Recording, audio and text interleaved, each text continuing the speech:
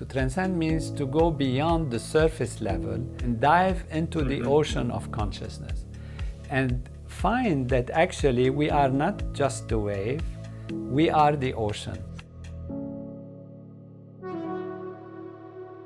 Welcome everyone to another episode of Garten Infinity. I am super excited to feature Dr. Tony Nader. It's really nice to see you again. It's been a while since you attended my lecture at Stanford University, and I distinctly remember you laying out the initial thoughts around consciousness as a mathematical model, and I was really blown away and really enjoyed that lecture. So really great to have you again with us. Just to give a quick introduction to you, to our listeners and our viewers, Dr. Tony Nader is a medical trained doctor at from Harvard University, and also trained at the Massachusetts Institute of Technology, where he received his PhD in neuroscience. He's also a globally recognized Vedic scholar, and we can talk about what that means. He's also recognized as Maharishi Mahesh Yogi's successor, and he's, as a result, heading up the International Transcendental Meditation Organization in over 100 countries. And so, again, it's my distinct pleasure to have you on this episode. Thank you, Dr. Tony Nader.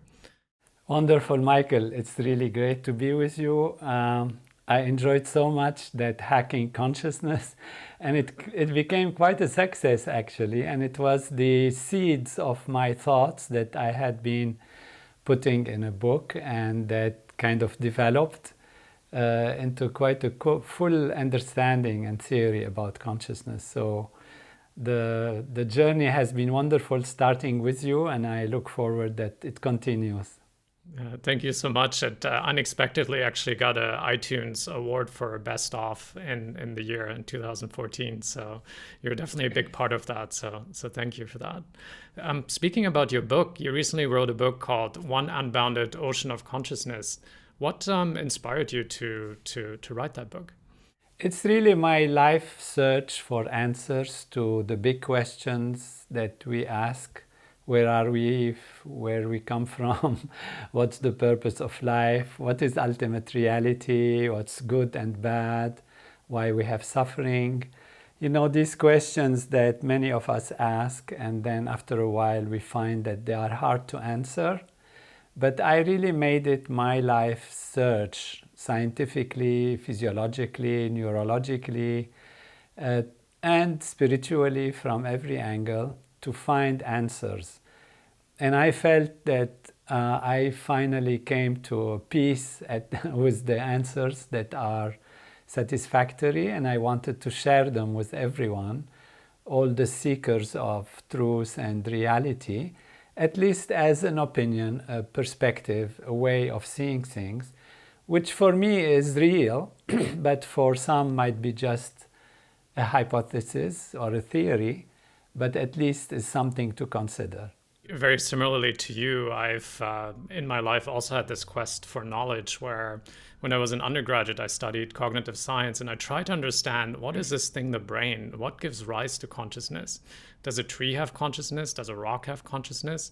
And somehow I wasn't quite satisfied with the answers that I was getting. It was all about, well, the brain is a physical structure, it's got neurons on it, and somehow consciousness arises because the neurons play together. And somehow I knew there was more. And so what I really found fascinating about your book is that you promise simple answers to life's big questions. And so in a way, one of my questions was always, do trees have consciousness? Do rocks have consciousness?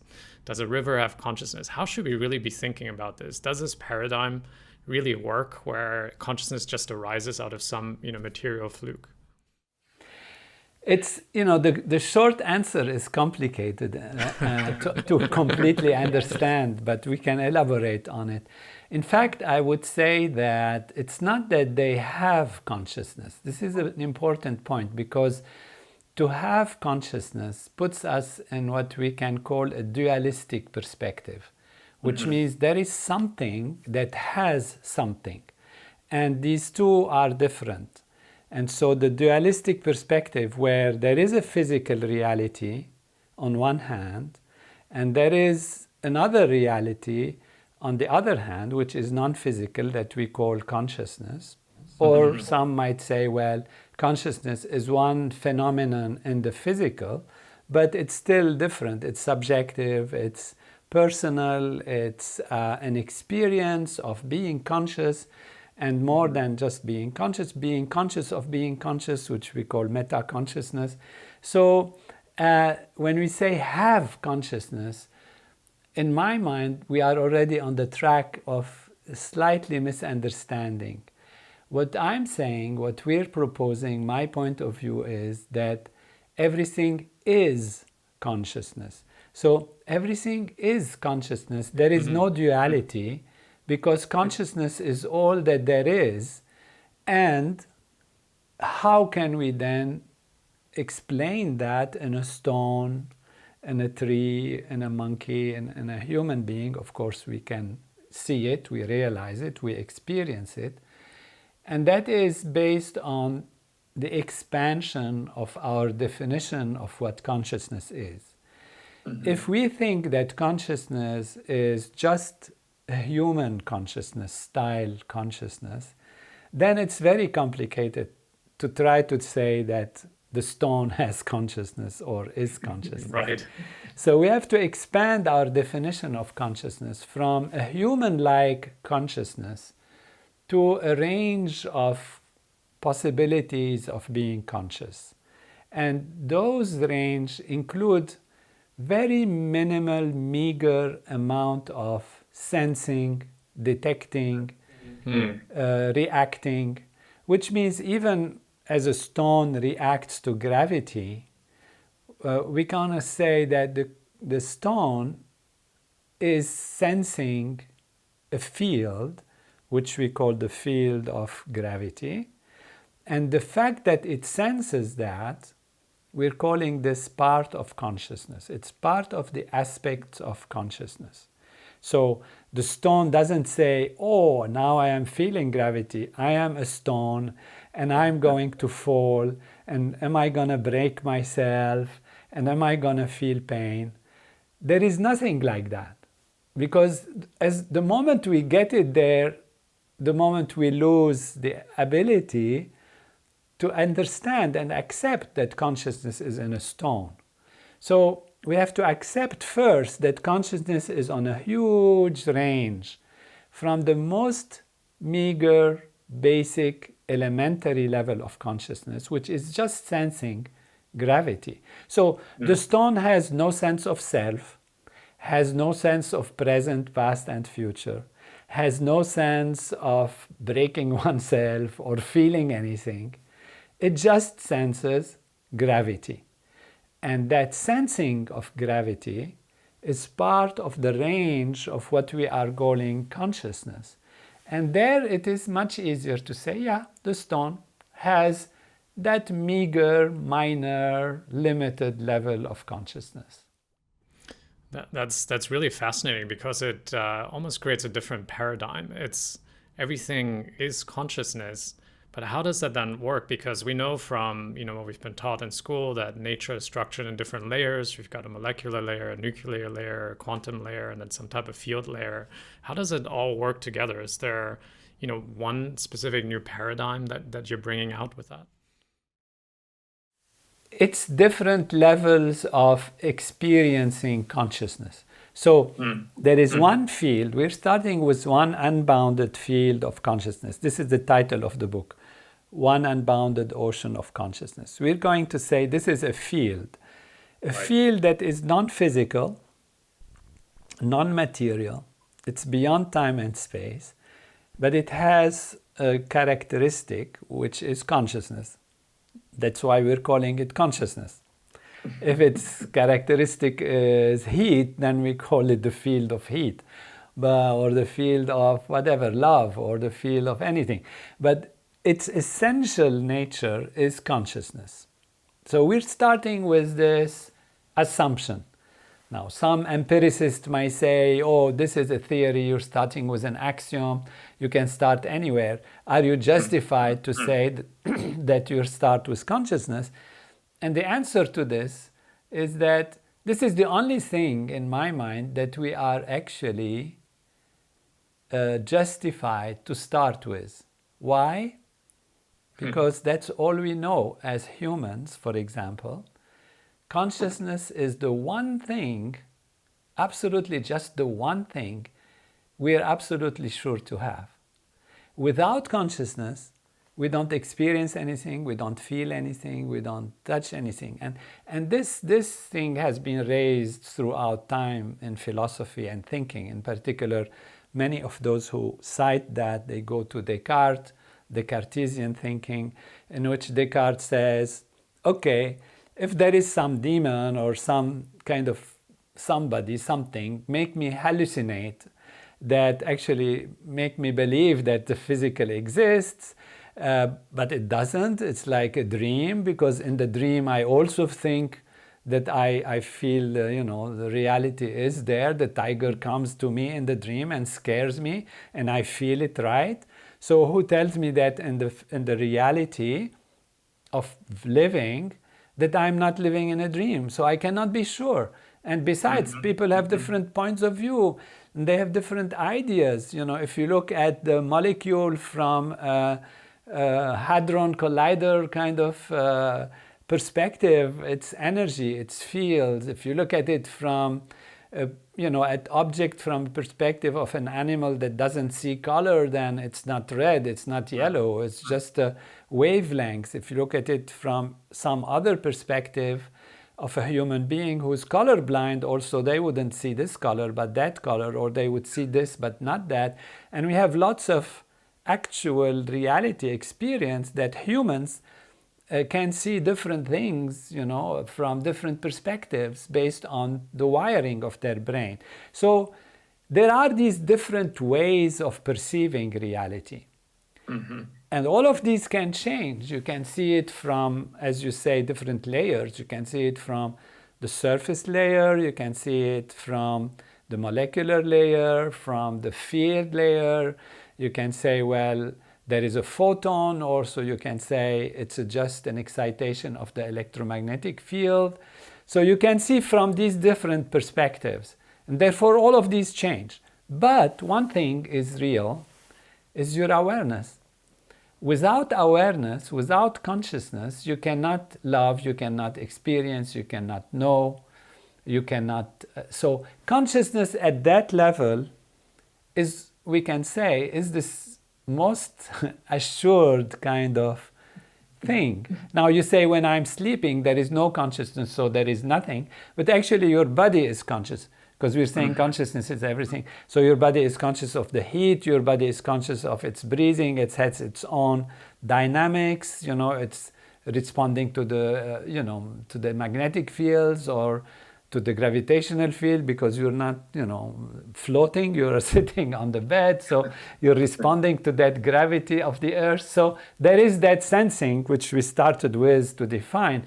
So on that level, consciousness is, which means sensing is, feeling is, experiencing is, at different layers, different levels.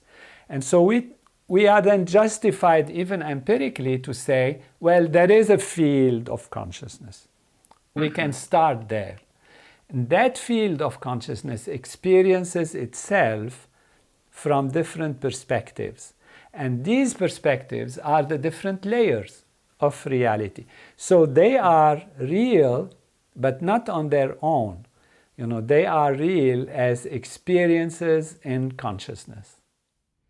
It's fascinating because I actually wrote my senior thesis on Descartes, and the whole mind-body dualism I also rejected in that thesis. And one of the easy thought experiments that I ran on myself is I said, well, who am I really? And I just kept asking myself that question. And I said, well, am I my body? Well, no, I'm conscious of my body. I can move my body. There's things that go on.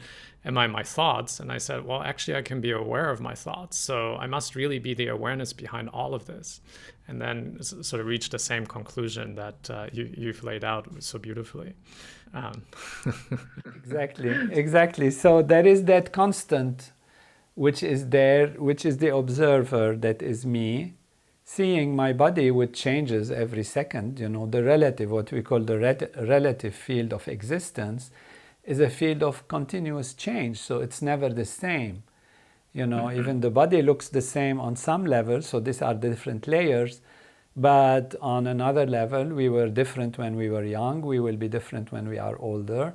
Our whole body changes its molecules every 7 years. We don't even have the same atoms and the same molecules. We have a structure, of course, and that kind of has a definition of constancy in it. But what remains constant is that consciousness observing itself. Now, the mind is different than consciousness because the mind changes. One day we are happy, one way we are not. The feelings, the thoughts change. But the observer, that silent observer, is sitting there observing all of these changing realities. And so that then is essentially the unified field that you mentioned. But what kind of scientific evidence do we have that it's a real phenomenon? Because in some ways somebody might say, well, it's a nice theory, we can't prove it, because in science we look at things, through a microscope or telescope or something like that and say, okay, that thing is really there, and let's repeat that same experiment 100 times. Okay, now there must be really something there. Yeah, the dynamics of consciousness are there and they can be repeated and experienced. Consciousness itself is not open to the sensory perspectives of touch, smell, seeing through the eyes, because these are projected on dynamics of consciousness rather than consciousness itself. So there is the observer, the conscious observer, that is there, and then there is the object of observation, and there is the process that links the observer to the observed. So when we come to this point of view, we are trying to say, how do we find or define reality? What is reality? And reality is relative in the sense that you cannot say that an object exists in and by itself on that level that you experience it. You have to define who is the observer. So, and you have to define what is the relationship between the observer and the object of observation. And then you get a moment of experience which you can call real for that observer in those circumstances for that object. Because if you take a flower and you look at it from an X-ray machine, or you look at it from an infrared sensor, or you look at it from Large Hadron Collider, if you can, bombard it or something and put it in a thing, or you look at it with a microscope, a tiny microscope, you will actually have different realities of what the flower is. You can say the flower is a field, the flower is atoms, molecules together, and you can say, no, it's a beautiful red flower which gives me feelings. So who says what is the flower in itself as an object, as an entity? Well, it depends on who is the observer. So the way the observer sees the flower defines the reality of the flower for that observer. So reality is relative. Reality depends on the observer also. And so what is ultimate reality? Well, what is the flower? The flower is molecules. Molecules are atoms. Atoms are made out of elementary particles. Elementary particles are excitation of fields. These are the force fields, the matter fields, and then you come to fields being unified, and that's why you mentioned the unified field, ultimately coming to potentially one field that actually appears as all of these. So science, when you ask science, you say that science actually is not far enough, or it's not far at all, I would say, from discovering that there is a unified reality that appears as many. So what science tells us is that there is some oneness that appears as many. Already that's a big, huge step, which means we are going to a field which is one field, the unified field, that has the potential to appear as many. And so whereas science cannot say that, okay, the unified field is consciousness. It is not a proof. It cannot be a proof. It is just an indication of a possibility of what ultimate reality is or can be. Is it multiple or is it one? And it looks like it is more in the direction of oneness. So we're getting closer, even through science, to finding out that all these objects that are separate, that are seemingly localized in time and space, are actually ultimately one field appearing as many. So there are, what you can say in terms of proof, there are converging logics, converging explanatory power.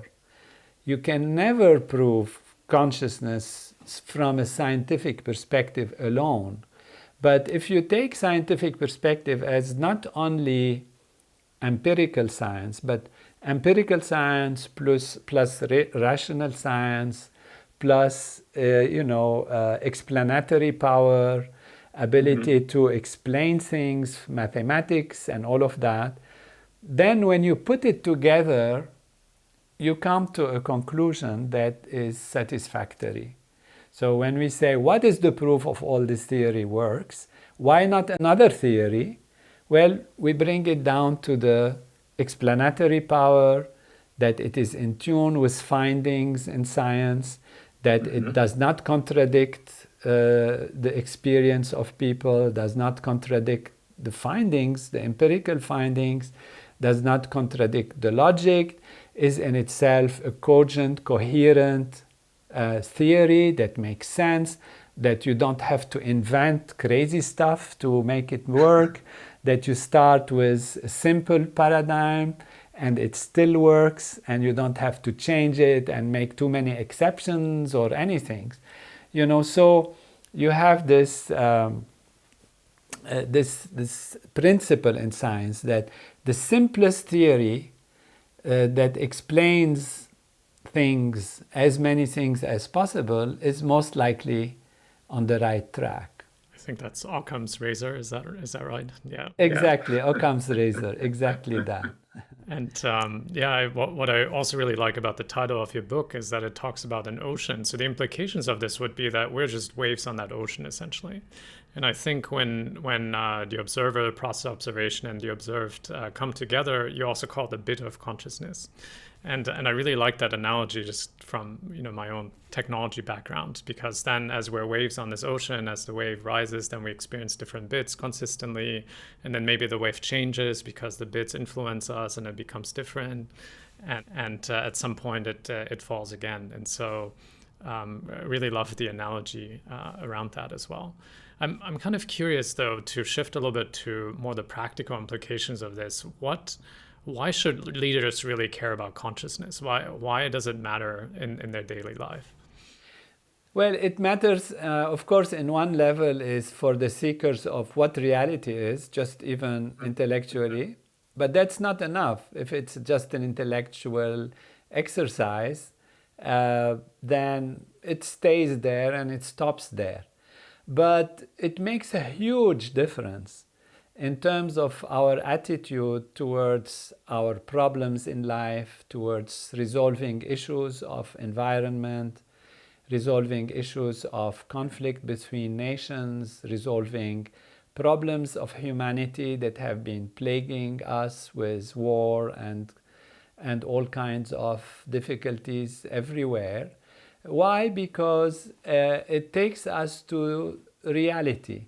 If you live in a non-real situation where you assume things are a certain way, then you are bound to be, unfortunately, hitting your head against the wall and not getting anywhere.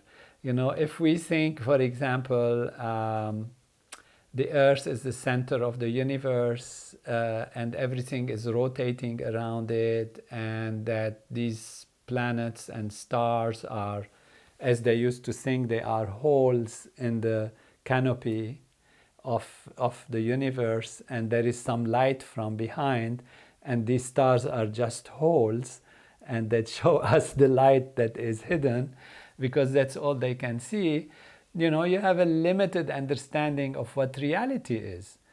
So that's why in science we want to look for what is nature, how does it work, how the laws of nature interact with each other. Why? It's because knowledge brings light of understanding and allow us to use and create technology that help us to grow and help us to surmount our problems. So if we build technology only based on unreal things, and if we base our principles of life and our methods of dealing with each other based on things that are not fundamentally true, not fundamentally real, we are working in what we call ignorance. And in ignorance, we will make mistakes and never find true solutions.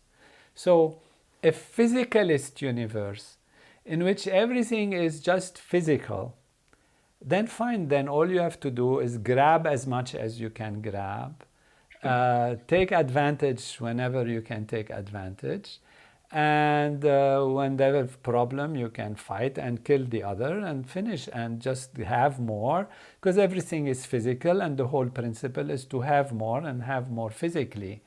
And so you enter into a certain concepts of reality that are non-conducive to a better life, because you are in a universe that is that you misunderstand, because that's not the truth. So if the truth of life is actually consciousness rather than material physical existence, then you can understand that if you act from the field of consciousness, then you can make a difference. Then you can understand what is the ontology of things, which means what is the essence, the ultimate reality, the being, the existence of things. That leads you to the epistemology of things, which means how can we know it, what can we know about it, and then to even the ethics, which is how is it best to behave in a way that we are in tune with the understanding of true reality, how we can know about it, why we are here, and where we're going. So understanding of the laws of nature, understanding of reality is very profound and very important in how we deal with reality and in what technology we use to make reality better. So that brings us to consciousness, the technology of consciousness. So there is methodology and technology of consciousness that can make a difference, and that we have seen empirically that it actually does make a difference. And it's fascinating to me, because if the paradigm becomes less about there's an other and I'm separate from the other, but I see the other as really an extension of myself and we're just part of this one ocean, I don't really go around every day try to cut off my arm, but essentially that what you're saying, that's what you're doing by disturbing the other and trying to just gain as much as possible. So starting from that fundamental principle, it would create a much more holistic, beautiful world. And today, it's unfortunate. There are statistics in the workplace even where the workplace is considered the 5th leading cause of death. It's a study that Jeffrey Pfeffer did at Stanford University. And to me, it's just so unfortunate, because it should be the exact opposite. It should be a place of finding your purpose, a place of meaning, a place of discovering yourself, a place of really interacting, building a great social circle.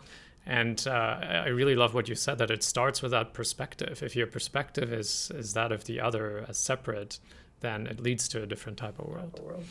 Absolutely, exactly that. And just to add, for those who are critical, it is not because of that we are saying that consciousness is all there is, and that this is a great idea to promote because it has a good implication. The implication is a natural outcome of reality being like that. Otherwise, we can be accused of being what is called utilitarian. Utilitarian means let's choose the best theory that make our society work in the best way.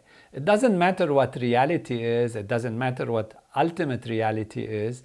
If we decide, that it is better to be a good person, it's better to have this belief, it's better to create, an entity that is, watching us and punishing us if we do something, or rewarding us if we do the other thing.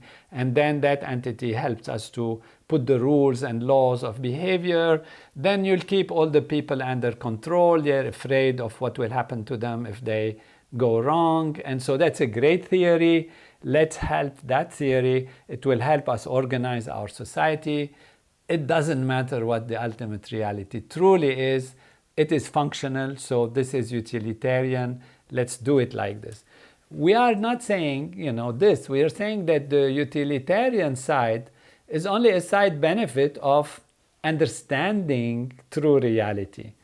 And true reality is true reality, which is consciousness, based on its explanatory power, based on scientific findings, based on the convergence of science and philosophy and ethics and all of that being able to be explained by this paradigm of consciousness, and therefore making sense. And then when we step back and look at it, we find that also it explains ethics, and it explains behavior, and it explains why acting in consciousness and through consciousness and being one with others and growing with others, why this is actually a good thing.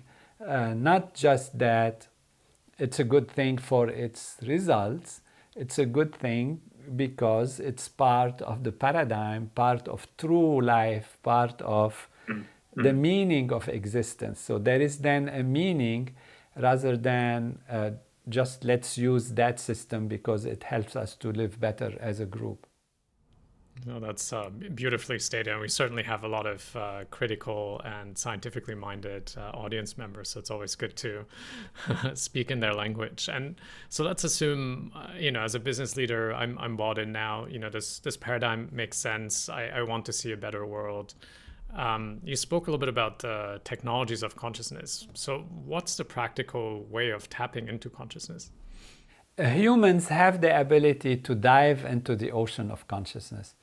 We are usually living on the surface like a wave, looking at each other as different waves. But human consciousness has the ability to dive within, and that is what we call transcending, to transcend. To transcend means to go beyond the surface level and dive into the ocean of consciousness. And find that actually we are not just the wave, we are the ocean. And that we can find directly, experientially, not just intellectually as we are discussing. The intellectual part is very important so that we know what we are doing, but it is not necessary. So even without philosophical or scientific or intellectual understanding, there is a technique called transcendental meditation, which comes from the ancient yoga and Vedic knowledge that has been brought in this modern time by Maharishi Mahesh Yogi, that allows us to dive within and actually experience that we are the ocean of consciousness. The good thing about this is not just a beautiful experience for a few minutes, it is that everything changes also on the other levels of what we think or who we think we are, which means our physiology improves, our mind improves, and there are hundreds of scientific research studies that have shown that there is improvement in mental potential, in brain coherence, improvement in physical health, immune system, less accidents, less admissions to hospitals, better behavior and relations with others. And particularly, a very important and unexpected finding is that when a small percentage of people practice these technologies in a society, about 1%, or the more advanced technique, square root of 1%, you see change in society itself. So from the individual to society, you see reduction in conflict, reduction in crime, reduction in accident of the roads, better relation with other nations and with other societies. And therefore, this is part of the empirical, experiential effects of actually consciousness making a difference in the individual on all levels. All these layers that you talked about, the layer of the mind, the intellect, the ego, the senses that develop, artists becomes more creative, the health part, the physical part, the behavioral part, and even our extension in the behavior of society. Beautifully said. It sounds like there's a lot of benefit to adopting the practical implications of this technology through transcendental meditation. And at Garten, we also see well-being as a sustainable competitive advantage for companies. And we think of well-being as at least mind, body, and environment. And it sounds like technologies of consciousness, because consciousness is fundamental in this paradigm, really nurtures all these different aspects. And the key question I've been asking myself is, why haven't more businesses adopted this technology? It seems that this idea of hustle culture seems to prevail everywhere. Work 24/7, totally hard work, push through things, extreme focus, just run through problems. How does that change when you start introducing technologies of consciousness? Progress happens through two steps: action and rest. When you walk, one leg rests, the other one walks on, then this one rests and the other one walks. And we have to rest in order to be clear. Without sleep, for example, we can't have a productive day. We get exhausted, the body gets fatigued, there is stress. We might be able to sustain ourselves with whatever stimulants, coffee or others, for a few days, but at the end you have to sleep. This is part of the system. And so adding the importance of going back to the depths of the ocean to create bigger waves. So if you want to be dynamic, if you want your wave to be very big, you have to be in contact with a bigger body of water. In the little cup, you can create only ripples. In the lake, you have a bigger waves. In the ocean, you can have huge waves because you have that access to the depths of the ocean. So in order to have a tree that is powerful and strong, it has to have deep roots within. So we have never to forget the rest as the basis of activity and going back to the self. So when you want to throw something, you put your hand back and then you throw it. When you want to, have an arrow go on the bow, you have to pull it back and then let it go. So there is that part of nature that is essential, which is to go back to the self so that activity can be dynamic. So dynamic activity is very good. We're not saying one has to be lethargic and not do things, but the effectiveness of the activity is very important. And the effectiveness of making a decision that is correct, finding the right solution in a short period of time, comes from clarity of vision. Clarity of vision comes from clarity of thinking. Clarity of thinking comes from the source of thought, and the source of thought is deep within us in our consciousness. If our consciousness is agitated, as it could be if we don't have a good night's sleep, for example, and we wake up tired, then we are being kicked around by situations and circumstances. We are tired, we can't find a solution, a problem happens, it's too big for us, it overcomes us, and we don't make the decisions that are right. So, for example, in sustainability, everybody knows how important it is: sustainability, regenerative sustainability, and protection of environment and all of that. But why don't we do it? Why don't our government do it? Why don't people do it? It's not because lack of knowledge. It's not because lack of intelligence. It's because lack of consciousness, lack of awareness to see short-term and long-term and broad comprehension. We get under stress, we get limited in our vision. Our mind focuses on the problem at hand, but forgets the broad comprehension and the long-term vision. So with transcendental meditation, we release this potential by opening up all our understanding, all our brain, and this is scientifically shown that in transcendental meditation there is greater coherence, opening up of the executive parts of the brain, the frontal cortex, that anticipates the future and allows us then to think more broadly and apply those things that we know. And therefore, here again, the technology of consciousness is very, very important. Yeah.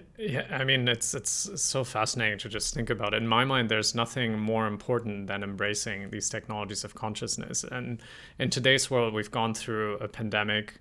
There's a looming recession on the horizon. There's Russia-Ukraine crisis that's happening, and consistently there's been a crisis after crisis. And the resiliency of just doing things in the world and having a hustle culture that embraces 24/7 work ethics is completely counter and gets us away from the goal of having a better, happier society. And even a lot of studies now bring this to forefront as well, where I saw a Deloitte study that basically said that 68% of employees and 81% of the C-suite leaders say that improving their well-being is more important than advancing their career.